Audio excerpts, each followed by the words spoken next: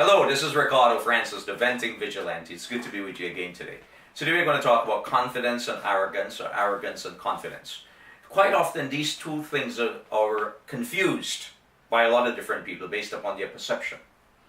And it's very difficult in terms of human relations and in terms of friendship, in terms of formulating or building relationships on a whole.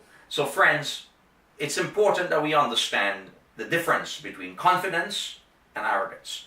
Confidence, my friend, has been used since the 15th century. The first recorded time when it was used, of course, the French have the word confidant. French, of course, the word confidence is a combination of the French and the Latin word, which is of the same meaning and similar pronunciation. Friends, when you're confident, you have a certain stride about you. You have a certain sense of peace, a sense of tranquility in terms of the way you function. You could be knowledgeable. You have common sense. You're skilled. You're intelligent. You have an analytic way of dealing with things. You are full of life, energy. You're full of positivism. You're full of that ability to succeed at whatever you do.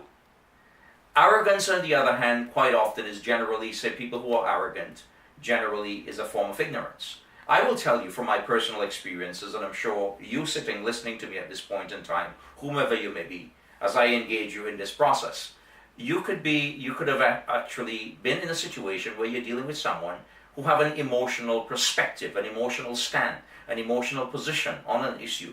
He or she demonstrates their sense of emotion. And clearly, it's based on emotion, so there's no evidence. There's no documentation, there's no facts to substantiate a particular position or a particular opinion that he or she may hold, or whatever the circumstances may be in terms of determining what the outcome of the situation may be.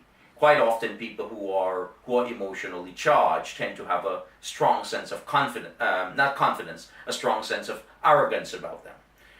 Now, I have met people that are, I would say, on 90% confident and 10% arrogant. And I've met people who are, I would say, 99% confident and 1% arrogant. It depending upon your perception and based upon how you view these particular individuals and based upon how you view the circumstances.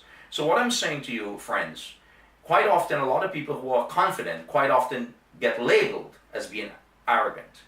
But it is important to differentiate and understand the difference in relating to people, because you can be labeling somebody wrong when a person is really and truly confident, and you may think of them as arrogant, and therefore you may not want to have a relationship with them. So it is important, it is very, very important in terms of life skill and life experiences that we come to that sense of understanding to be able to differentiate the difference. Because friends, ultimately, when you're able to differentiate the difference and you know the difference, and you understand the difference, then you're able to have respect and appreciation. Friends, I love you. I love sharing these moments with you. See you next time.